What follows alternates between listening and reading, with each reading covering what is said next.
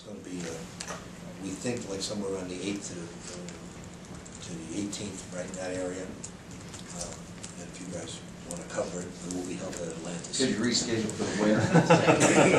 Call in there to GM.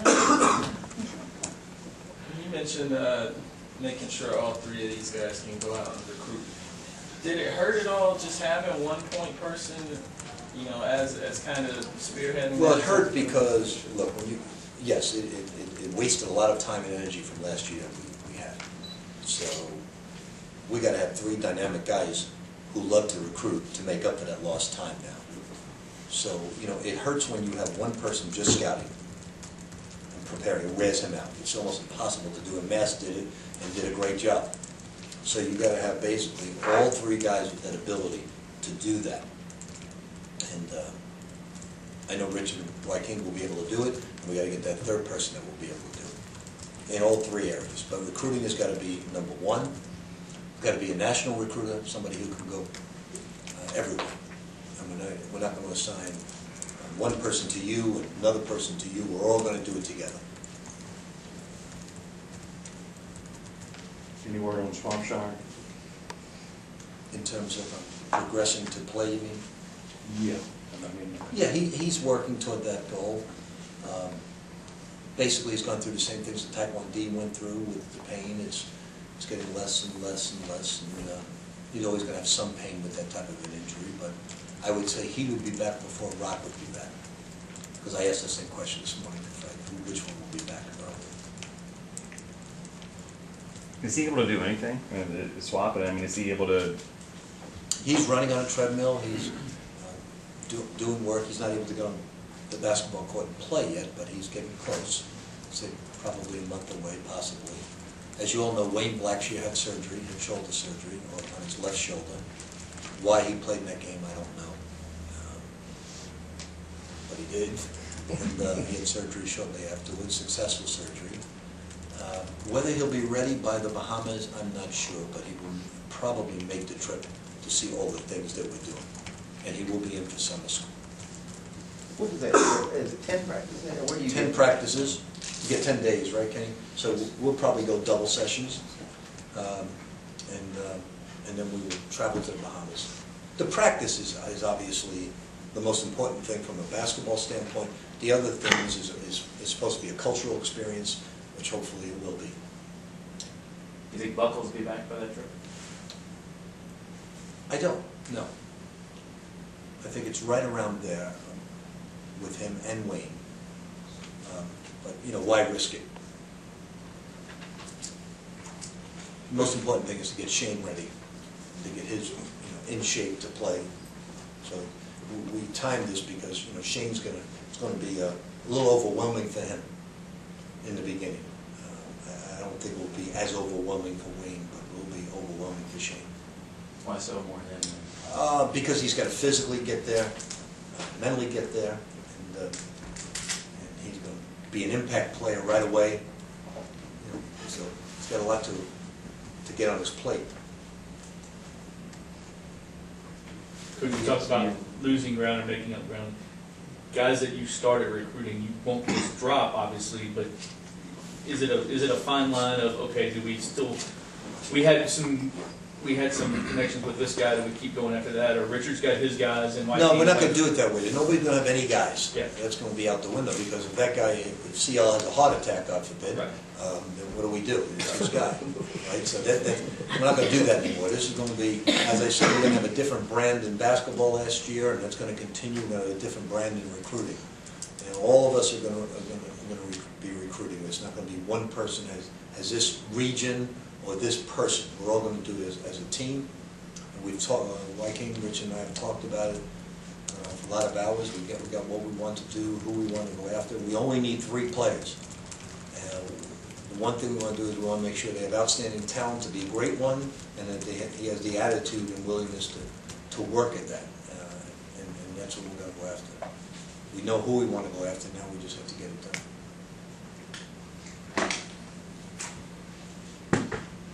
Okay, I'm just curious, the 2-year contract with the assistants, any particular reason why, I mean, your contract goes farther than that, any particular reason why? Well, the university has never given more than 2 years to an assistant, I don't think, maybe in football, they've never given more than 2 years. That's not where. Yeah, so it's tough to give an assistant coach any more than that, and you just want to let them know that it's 2 years. There will be a strong penalty for an assistant coach that thinks of leaving. It's the Tim Fuller situation we've never had before, so that in mind, we just don't want people to even think about that.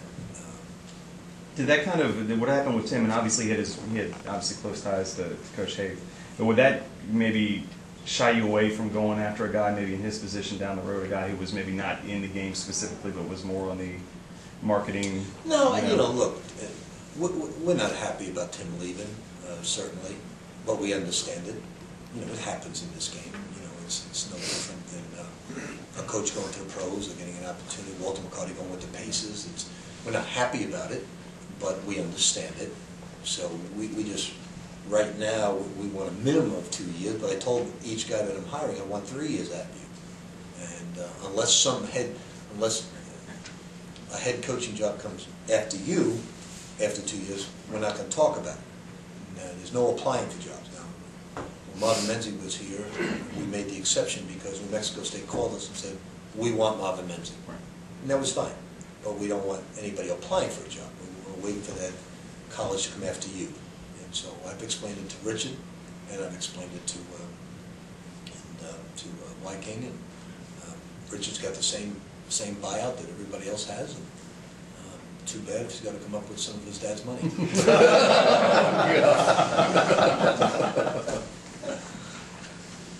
But we are excited. I'm really excited with both of these guys because of the excitement that they have for getting players. Richard told me when I met with Wyking, you're going to hire him, Daddy. And it's exactly what happened. I met with him, and I said, how much do you want the job? And he said, I want it badly. And I said, okay, welcome to Lowell. That was the end of it. I hired him on the spot, and we did all our legwork beforehand. And now I just hope that I can come to the same conclusion with the third spot, because I'm really struggling with it. Really struggling, because I like 5 guys, and I can't make up my mind which one is the best, because they're all great. Did you know Jones at all before? I did not. I've seen him on the road, but I did not know him. And but every single person that the one thing I have to say about Richard, he spoke to. I think he spoke to every single person that's even come across that path, even crossed that path at one time or another. So he did a wonderful job with that. And he had nothing else to do but sit around and wait for his wife to deliver, so he had the time on his hands. What do you feel like he got out of those 2 years down there working with Billy? What are the most important things that... He got so much more out of it than I ever expected, because it was not only a different brand of recruiting, but he learned they don't do things, even though Billy was with me, it was totally different the way they did things. And it was great. He got an opportunity to look at things in a different way than the way we do it. And I want our guys to bring in new things, constantly new things, new ideas, new concepts. And the way we're going to recruit now is like we changed our brand in terms of playing last year. We're going to change our brand in terms of the way we recruit and how we recruit. And Richard's going to have a lot to do. Year, and would that have any would that be dependent on what Terrence Jennings does? No, you talking about the Tony Wood situation? Yeah, can you talk about? I don't know if you. No, we can't. But I mean, you could. I guess you can talk about whether or not you could possibly add another player. Strike that last thing from the Not anyone. Why don't you sit here? No, we are looking into transfers. Not in that case, different cases. We are going to have some transfers visit here and look into that. But again, the most important thing is when you take a transfer, you got to guarantee that transfer. And I don't mean guaranteeing verbally. As a coach, you got to make sure a transfer has the ability. Like I had Derek Anderson. Coach, am I going to play? Travis Ford, am I going to play? If you don't have the playing time, you can't take a transfer. They're going to be unhappy, and it's not going to be a good situation. So anytime a person transfers in, you got to make sure that you have the playing time necessary to keep them happy. And so we are looking into some transfers.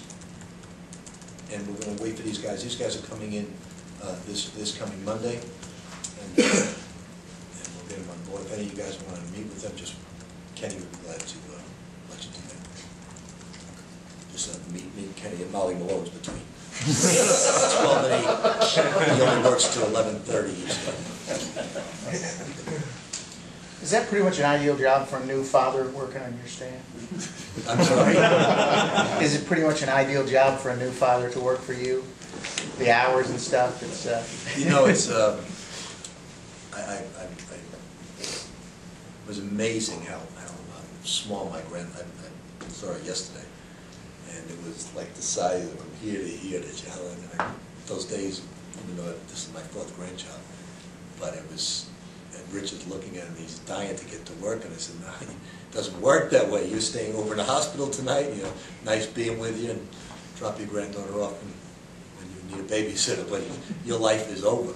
And as we all know, when that first child comes, your life changes forever, but it was really, really a great thing. Was she born here? No, in Gainesville. Gainesville. But he's ready to go. We're ready to go now, and just by the end of, hopefully by next week sometime, we'll have all 3 guys completed. And our schedule's almost all done. We're almost all done, but one, you all know we're going to Butler. I'm not releasing anything. We're very excited about doing that. We'll release the whole schedule as soon as the Big E schedule comes out, but we only have 1 game left.